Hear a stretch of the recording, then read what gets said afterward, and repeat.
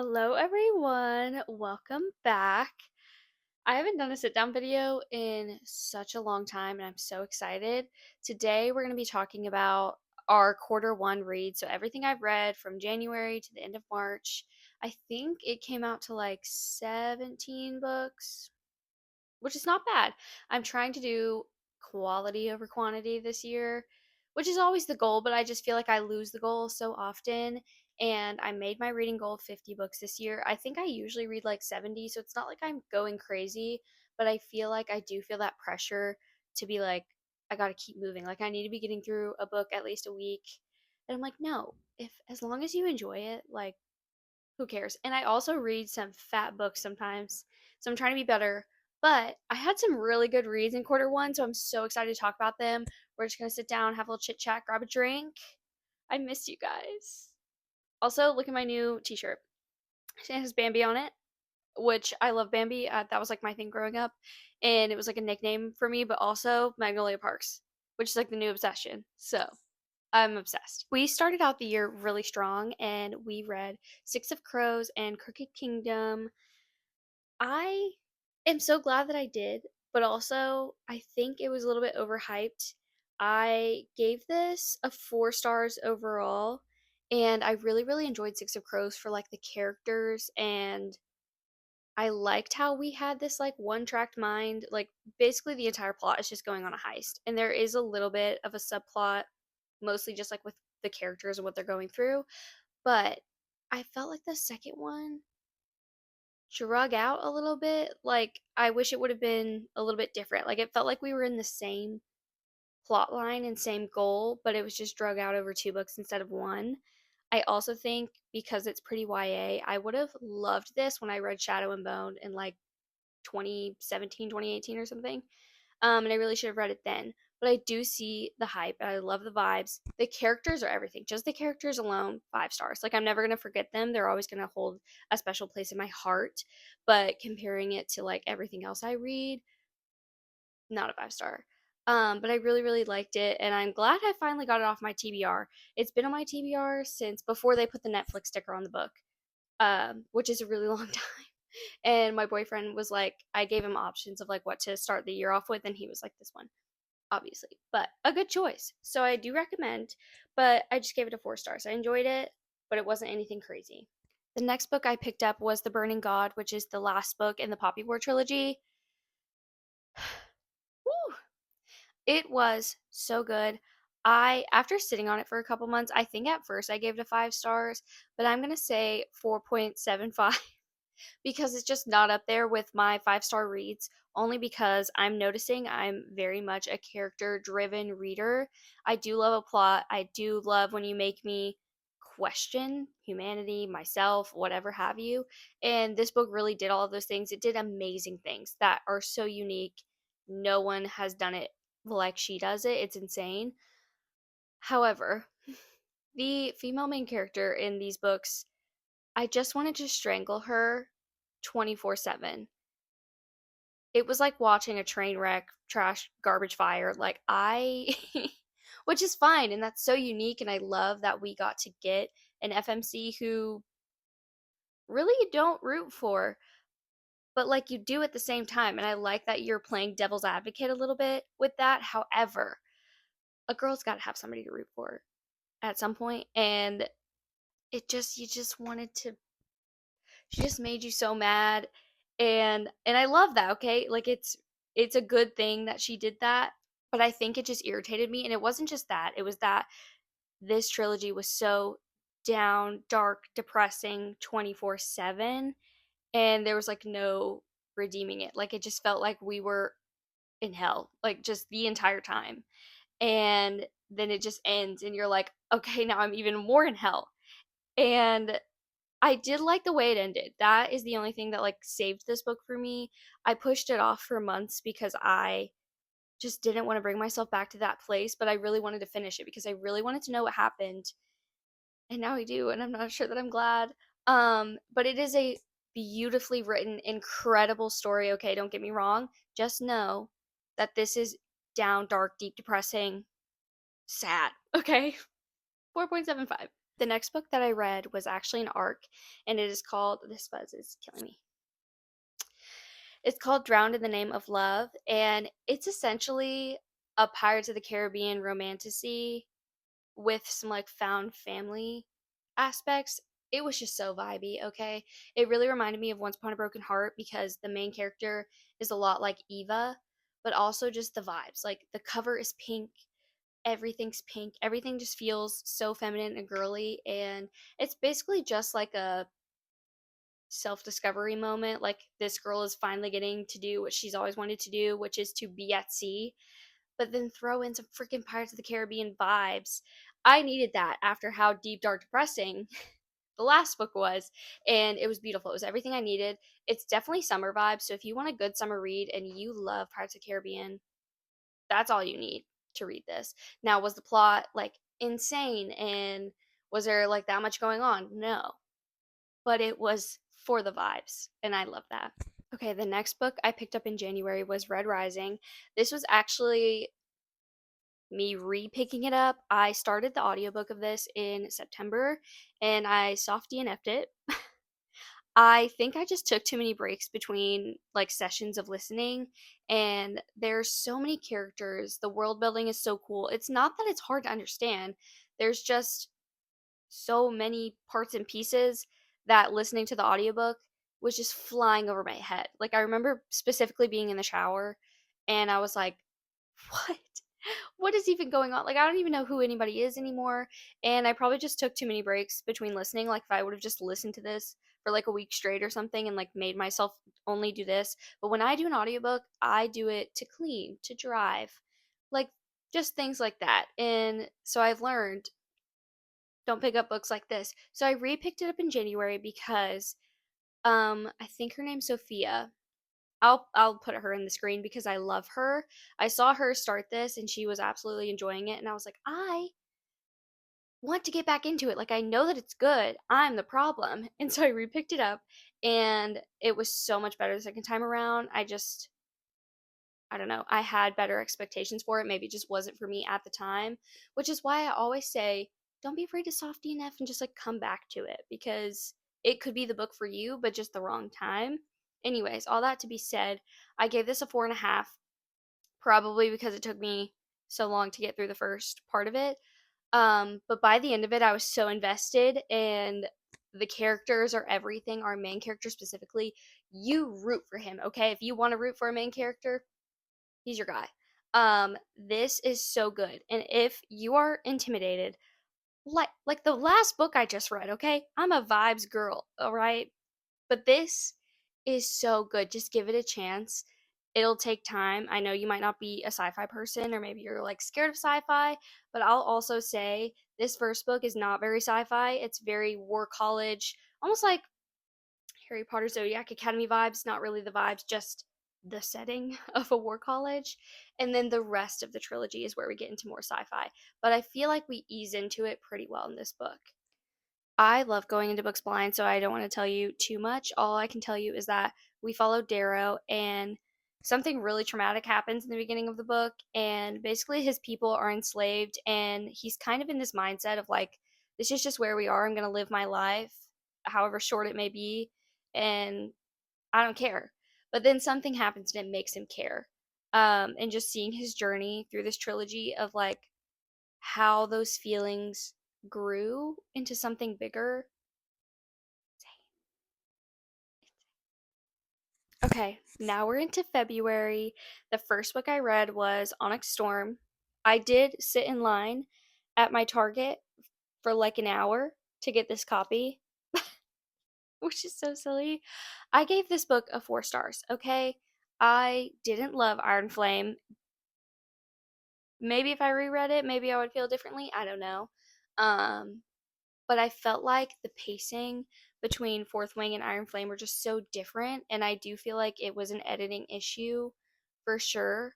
Like I do not fault Rebecca for that whatsoever because who the heck turns around an excuse me, who turns around an 800 whatever page fantasy book in 6 months? Who does that? I know she must have like already been working on it. That's not what I'm saying, but 6 months between fantasy books is kind of crazy, unless you were just like already done before the first one came out, you know? And I don't know if that's the case, but I just felt like Iron Flame was so beat bopping around. Like I didn't know where we were, what we were doing half the time. Like we would just sit here and do nothing, and then something would happen, and then we go back to sitting and doing nothing. I don't know. Give me whiplash. This one was better. I felt like the plot, like everything had a reason, even if it was a slower pace. The lore in this one was so much better to me, and like I said, could have been a me problem. I don't know. Maybe I just wasn't paying enough attention. Um, but especially going back and like watching other people's videos of like theories and stuff really got me into it, and I really enjoyed that. So it did. Reading this book convinced me to complete the series. However, I will be waiting until it's completed because I reread Fourth Wing for Iron Flame, but I did not reread for this book, and it probably would have helped me, but I just couldn't do it. And I don't want to reread every time a book comes out, and there's no reason I want to, me personally, I don't want to reread the series two more times for the fifth book. So, that's my thoughts. But overall, it's a good series. I still recommend it to people. I just let them know. First book, super beginner friendly. But after that, it's kind of like, I don't know. So, 4 stars. Okay, next we have my favorite read of the year so far. Oh my gosh, I love her. Sword of Kaigen. You can tell that she's loved. You can tell that she's loved. I do not like, again, to spoil things. I want you to go in blind if that's what you wish to do. Because I love going in blind. I just think it's so much fun. This is basically a Japanese inspired war story, but the way that it's set up and the things that we follow, the people we follow are insane. Again, character girl, okay? We follow a mother and her son? Eldest son. Yeah. Wow. Such different point of views,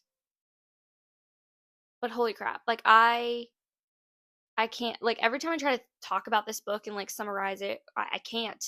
There's no words. There's no words for it. But it's a super fun story. It's not anything like what you would think, and the plot line does not follow traditional plot lines. But I loved that. Like we got to the middle, or kind of got to like the climax of the story, and I was like, there's still so much though. And I'm so glad that there was. This was just amazing. The topics that are talked about. I don't know. It's just, you just gotta take my word for it on this one because I can't articulate it. I love her. That was obviously a 5 star. Next, we have another favorite of mine this year. I got an ARC for it, and I was so glad that I did it. I was just so intrigued by it. Our Infinite Fates. Also, look how shiny. I also have a special edition back there that I ordered from the UK before they stopped shipping. Lucky me. Um, but basically, the literal front of it says they've loved each other in 1,000 lifetimes. They've killed each other in each one. What more could you want? What more could you want? It's so beautiful. It's wonderful. The inside is just as beautiful. There were so many quotes. I just love this story. I love how, yes, this is a romantasy, this is a love story, but it also touches on humanity in general and what it's like to be immortal. And I loved their complicated relationship. Everything was just so good. Not for everyone, but if that sounds intriguing to you and you want a romantasy that's gonna have you like kicking your feet, but also be like I feel like 1 second you're like, oh, and then the next second they're like stabbing each other, and that's great. It was literally one of my favorite romanticities I've read in a long time. Next thing I read in February was Rebel Witch. This is the second book in the Crimson Moth duology. Sorry. Didn't know there was another name for it, but I guess not. Um, I read Heartless Hunter, Crimson Moth, whichever, it's the same thing. I read the first one last year when it came out. I was obsessed. We basically have a witch on witch hunter fake dating action, but then make it like Bridgerton vibes as well. Loved it. The vibes were everything. I feel like I do find that anytime it's like a YA or a romantasy, if the vibes are there, I'm happy. If the vibes are not there, meh. Because I just went into this knowing like what it was. It's YA, there's nothing crazy, the plot is super easy to understand. I felt like it was pretty unique because I haven't read any book like this before. All 4 stars. I enjoyed it. I liked that we wrapped up the story. So glad it wasn't a trilogy. I just felt like this was one of those that if it was a trilogy, I would be a little bit upset about it. Because I feel like sometimes we make everything a trilogy. And then we get all of these second book syndromes. This is a tangent. Um, we could just have a duology, a cute little duology. I love a duology. This is my plea for more duologies, okay? Because I think they're perfect. They're so because you know what? You got through the first one and it's like you only got to get through one more, you know? And I'm not saying that you should have to tell yourself that, but sometimes a book is good and enjoyable, but is it good enough and enjoyable to you to read 3, 4, 5 books? That's all I'll say. The next book I read was an arc from my sweet friend on TikTok. She wrote a book called The New York Charm. It takes place in New York, obviously, and it gives that like 2000s rom com vibe. I was ready for a palate cleanser, and I wanted to. Bleh. I was ready for a palate cleanser, and I wanted to support her. I'm so proud. It was so good. I get really picky with my romances because I almost exclusively read fantasy now because it's just my favorite, and there's so much out there that I find myself not really getting into other genres, even though I want to. Um, but yeah, I get really picky with romances because that's all it is. Like there's the relationship and the romance, and there's usually not much else, depending on what kind of book it is. And my pet peeve is when you cannot root for the relationship because it's not believable or it's just like lust instead of like an actual relationship, which is fine. Some people want to read that, but I feel like I have to be invested and I want to see character growth and healthy relationships sometimes, is nice.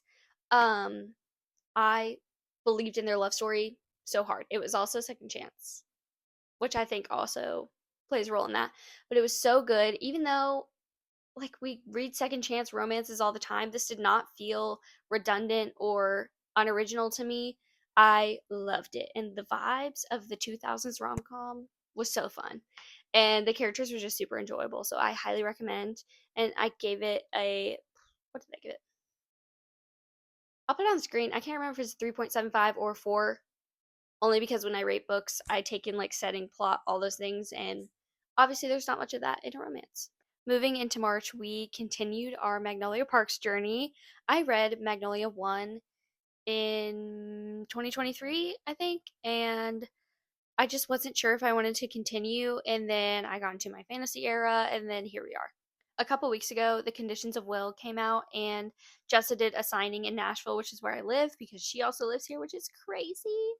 And I was like, you know what? This is my sign. This is my sign to continue the Magnolia Parks journey. I was just really in the mood for something different and just anything, honestly. So I started the audiobook. Love the audiobooks, by the way. That's like all I've done now from here on out, even though I do want to like go back and annotate and highlight all these quotes because there's so many good quotes and passages because she's such a good writer. I can't. But the audiobooks were so good, and it was something that I felt like I could listen to, and it felt like I was just watching a movie because of all the drama, but also be so obsessed with the characters at the same time. So, um, Daisy Hates and Magnolia Parks, The Long Way Home. I gave both of these a 4 stars. Gave Daisy Hates a 4 stars and the Magnolia Parks 2 a 4.5 because that one just really hit me. Okay, that one really, really hit me. If you haven't heard, which I'm sure you have, Magnolia Parks is essentially Gossip Girl but set in London. That's what everybody says. It's pretty true. But one thing that I absolutely adore about Jessa and her writing is she makes you care so deeply without you even realizing it. She just like sneaks up on you with all of these feelings, and you're like, where, when did I care? You know what I mean? Because in the beginning, you're like, these characters are freaking crazy. They are so toxic. They hurt each other all the time. This is just like a bunch of drama. But it's so real at the same time. And I love that even though we are set in this like high society London and like everybody's loaded basically, there's more to life than just money, and it really makes you think about it. And just seeing these relationships and the found family in these is so good. It's so good. I don't even know. It's like your guilty pleasure freaking TV show. And that's also what she said in the interview too, is like she wanted no books ever feel like, and no TV shows anymore either. Nothing ever feels like Friends and Gilmore Girls anymore. Where like you take your time with these characters and that's why they're so special to you and that's why they feel like your comfort show, because it's not all about the action. It's about the small moments that you get with these characters, and that's exactly what she puts into her writing, and it's a freaking drug. Next thing I read in March was The Elements of Cadence Duology. We're loving a duology this year. But this is by Rebecca Ross. She wrote Divine Rivals, if you didn't know. I am obsessed with Divine Rivals, and it's my life's mission to read everything this woman writes. And I actually have had a River Enchanted for well over a year, I think. And I finally was like, this is the time. And it was so good. It essentially reminded me of Outlander, just like the setting, just like being in Scotland. And this is essentially like that, but like a Scottish island instead. And we this story takes place on an island that is magic. The mainland, no magic. They think that this whole setting and they think that this kingdom and these people are completely folklore. They're not even true. And they're terrified of it. And we have this like elemental magic, but also very folklore. I don't even know how to explain it. It literally feels like you're living with fairies in your backyard. What more could you want? Basically, our main character is just a dude with a harp, okay? He is, what do we call it?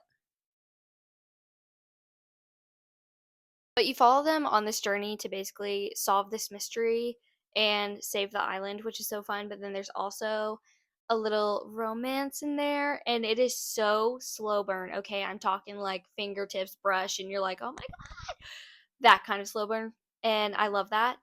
But we also follow another romantic plot where the characters are already together, but they go through something and it makes them have to not necessarily reevaluate the relationship, but like strengthen it in a different way because they've been relying on this one thing. And that was so beautiful to read. I almost liked it more than the main romance. So good. I love it. I love Rebecca Ross's writing. Also, I did have to catch myself. I was reading the second book and I was getting a little bit bored, but then I was like, girl, you are rushing it. This is what I do. You rush books because you want to like read all the books in the world, which is fair. But this book takes place in a time where their main task that day could be getting water from the creek. Okay, calm down, take a breath, and enjoy the book. And so I did, and I loved it. I gave it a 4 stars. Super enjoyable. Again, nothing crazy. It was definitely a very slow paced, but it was so good. So if you just want like a cozier fantasy that still has a mystery and high stakes and romance, I highly recommend this one. Okay. Lastly, in the month of March, I finished the Red Rising trilogy with Golden Sun and Morning Star. I just don't have Morning Star on my shelves.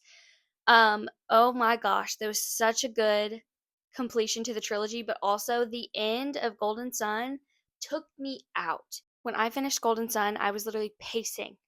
I couldn't sit down. I was like half in tears, half laughing, in shock. Immediately needed the third book, like right then and there. I felt like the beginning of Golden Sun, because our setting transitioned so drastically from the first book, but we also had like a year. I think we went forward a year. I don't know. Um, it was like a bit slower in the beginning, but then by the end, you were just like eating it up, and it was so good. This is where you get into more of the side characters and you really start to care about them. and then and then Morningstar, I adored her so much. I was scared the entire time because I was scared what Pierce Brown was going to do to us. But it was just so good. It was such a good ending. And like I said before, the journey that we watched Darrow go on, where as we start one way and being very, excuse me, he was very driven by what happened to him instead of like just what he wanted, I guess. But then he started to realize, like, no, this is bigger than me. This is bigger than what happened to me. And I'm going to do it anyway. And I just love that. And the side characters were so good, and everything was so good. I highly recommend. There is another 4 books out so far, and a fifth coming. Or maybe I'm thinking there's 3 more out and a fourth coming. Anyway, there's more to the series, but this was the first trilogy, and then we take like a 10-year, 5-year, 10-year. Hope it's not 10. Could be break, and then we just like jump forward into the future. And I will be taking a break before that one. Um, but I think I want to like reread this trilogy before I go into the rest of them because it was so good, and it's one of those where you don't realize what little things matter until you get to the end, and then you just want to immediately reread it because you're like, wait, that one thing that I can't remember, that matters. And I feel like everything's just going to hit so much harder the second time around. So, again, I highly recommend giving Red Rising a chance if you've been hearing about it. I'm sure you have. It's for a reason. Literally, a random man stopped me in Barnes and Noble and was like, "Have you read Red Rising?" I was next to the shelf, okay? And I was like, "No." And he was like, "You have to." And here we are, like 2 years later. You're welcome, random guy. Thank you for the recommendation. Great.